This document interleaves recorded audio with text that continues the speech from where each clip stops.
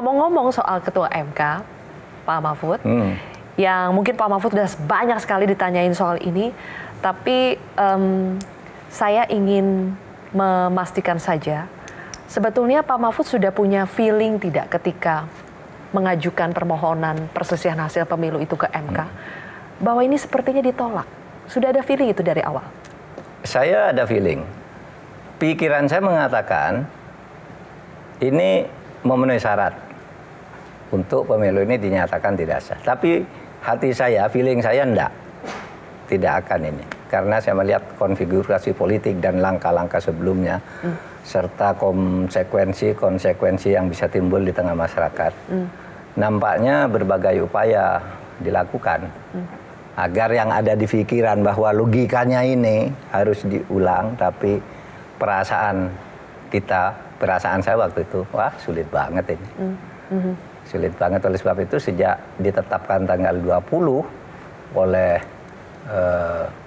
KPU itu, saya sudah udah selesai gitu. Tetapi saya kan tidak boleh juga langsung bilang begitu kan. Semua teman gerakan di bawah harus lawan, ayo gitu. Tanggung jawab moral kan, lawan gitu. Tapi feeling saya, bukan logika saya ya. Feeling saya karena permainan politiknya sudah begitu. Pasti gitu. Dengan konfigurasi 8 hakim konstitusi, Prof. Mahfud sudah menduga bahwa ini nanti akan ada sekian yang setuju, ada sekian yang menolak, itu Prof. Mahfud sudah memetakan? Saya sudah memetakan, tapi orangnya beda. Orangnya itu beda. Yang saya petakan itu Suhartoyo justru ada sama dengan Saldi dan Arief, karena dia sejak awal bersama ketika menilai yang perkara 90. Yang perkara 90. Ini sama, berarti logikanya kan akan ngalir ke situ. Waktu itu kita hanya 3 lawan 5 kan, Pak Anwar Ikhwan tidak ikut.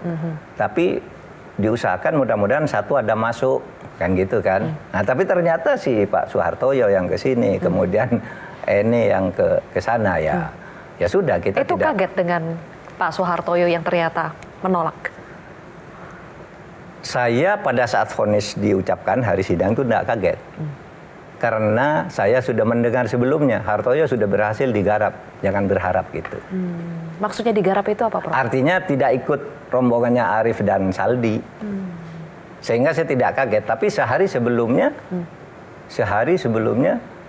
saya masih percaya Hartoyo di situ, meskipun mungkin kalah, entah bagaimana, kan feeling. Saya kan tadi otak dan feeling berbeda. Saya sudah dengar sebelum berangkat sidang, sehingga saya berbisik pada Magdir Ismail, Mas Magdir, kita kalah nih. Kenapa? Hartoyo udah di sana. Enggak, kata Magdir. Saya tahu dia gitu. Itu sebelum sidang loh, saya bilang sama Magdir Ismail. Yang benar saya akhirnya. Oke, jadi sudah menduga, tapi finally sudah bisa menerima ya, Prof? Oh iya, sejak itu diketok, kenapa saya masih tahu cara berhukum. Itu dia, kenapa masih saya pertegas, Prof. Mahfud? Karena ketika Prof. Mahfud juga pasti sudah banyak ditanya, ketika Prof. Mahfud dan Mas Ganjar itu tidak datang pada saat penetapan oleh KPU, itu dibaca, apapun alasannya ya, apakah karena undangannya mepet, tapi ada masyarakat yang membaca itu sebagai gesture bahwa pasangan Ganjar dan Mahfud itu belum menerima Prabowo Gibran sebagai presiden dan wakil presiden terpilih. Itu bagaimana, Prof? Saya tidak tahu ya apakah Mas Ganjar belum menerima hatinya, tapi secara resmi bersama saya kan sudah menyatakan di MK, apapun ini sudah putusan hakim, tidak ada langkah hukum lain dan negara ini harus dijaga dengan sebaik-baiknya, kita terima. Nah itu aja. Bahwa kemudian ada yang masih menggerutu mungkin saya tidak tahu. Nah soal saya tidak hadir itu tuh betul-betul saya tidak tahu. Bahwa kami ini diundang. Itu kan vonis MK tanggal 22. Ya kan? Sudah sore pula baru diumumkan bahwa besok lusa tanggal 24 itu akan disahkan. Nggak ada pemberitahuan disahkan tuh pakai sidang terbuka dan ngundang siapa, nggak ada. Sehingga sampai tanggal 23 malam saya tidak mendengar apa-apa. Besoknya baru setengah jam. Sebelum itu saya ditelepon, Bapak mau berangkat nggak apa? ke KPU ini penetapan. Lah saya diundang. Iya Pak, lah nggak ada undangannya. Ya ini undangannya masuk tadi katanya. Ya nggak bisa dong, setengah jam. Ya. Saya sudah ada janji dengan pimpinan Bank BRI Cut Mutia, saya bilang saya akan ke sana. Oke, jadi ini bukan persoalan belum bisa menerima ya? Enggak. Ya? Enggak bisa, enggak ada gunanya juga tidak menerima. Ini politik harus terus berjalan, entah apa dinamikanya. Ya. Pokoknya ini semua harus berjalan. Negara ini terlalu besar dan penuh nikmat untuk dikorbankan hanya karena persoalan Mahfud, persoalan Prabowo, Jokowi, Ganjar. No, ini besar nih negara ini. Masa Indonesia mau dikorbankan hanya orang karena kalah pemilu atau karena curiga orang curang dalam pemilu? Tidak fair. Ya udah, ada hukum yang menyatakan. Kalau hukum sudah katakan itu, ayo itu jalan, jaga negara ini. Iya. Gitu kan. Pak Mahfud, berulang kali kita mendengarkan bahwa Pak Prabowo mengatakan ingin merangkul lawannya, ingin merangkul kekuatan-kekuatan yang ada di luar koalisinya terutama. Menurut Pak Mahfud, konsep merangkul yang tepat itu apa? Karena orang-orang langsung mengartikannya, oh kalau merangkul berarti di dalam pemerintahan jadi koalisi. Kalau di luar berarti otomatis jadi oposisi, berseberangan. Konsep merangkul yang tepat menurut Pak Mahfud itu apa ya? Iya, menurut saya yang paling sederhana merangkul itu bekerja sama dan tidak mendiskriminasi orang yang tidak mendukung kan gitu kan. Itu aja yang paling sederhana. Kalau masih bisa ke atas lagi ya dimasukkan kan gitu ke dia kalau dianggap itu untuk kebaikan bagi pemerintahannya. Tapi saya kira Pak Prabowo sudah banyaklah konsep merangkulnya tuh, ada berapa level gitu pasti sudah buat. Saya enggak berpikir seperti apa gitu, biar Pak Prabowo aja. Pemenang itu bisa melakukan apa saja, sedangkan yang kalah itu enggak usah banyak omong. Udah kamu kalah kan, itu aja. Nggak banyak omong, ikuti aja, ini proses kan gitu. Oke. Prof. Mahfud, momen yang paling ini kita sedikit flashback ke belakang, karena meskipun pemilu sudah selesai, tapi pasti banyak sekali hal-hal yang berkesan ya, Prof. Mahfud. Kalau buat Prof. Mahfud sendiri, hal yang paling berkesan selama mengikuti pemilu 2024 itu apa?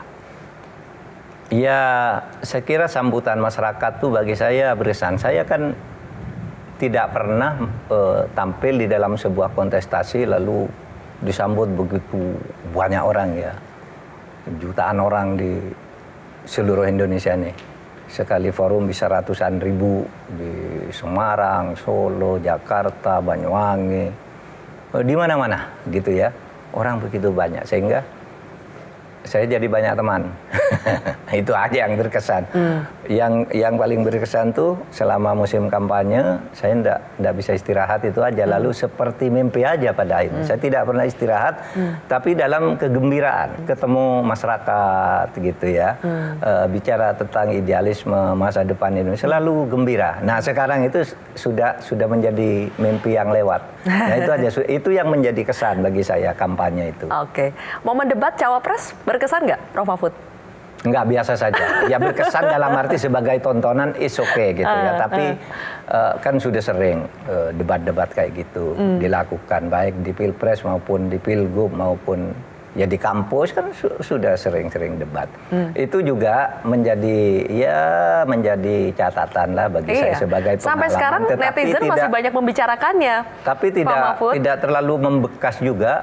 Tidak terlalu membekas. Waktu-waktu itu ya itu terjadi kok bisa seperti ini. Tapi sekarang nggak membekas, ya biasa aja. Dianggap Prof. Mahfud kan dianggap duel nih sama Gibran kemarin. Iya, tapi bagi saya nggak ada bekas apa-apa. Saya sudah biasa saja menganggap itu. Orang saya tuh debat, Mbak, kalau dulu sejak mahasiswa saya itu, dulu saya ikut HMI, memang diajari debat begitu. Saling tuding begitu, sampai pura-pura ngangkat kursi gitu. Diajari. Iya, di dalam teknik persidangan diajari itu di HMI dulu. Jadi saya sudah latihan kayak gitu udah lama. Artinya begitu selesai ya selesai, meskipun masyarakat terus mendiskusikan itu mungkin sampai sekarang, tapi bagi saya biasa saja. Jelajahi cara baru mendapatkan informasi. Download Metro TV Extend sekarang.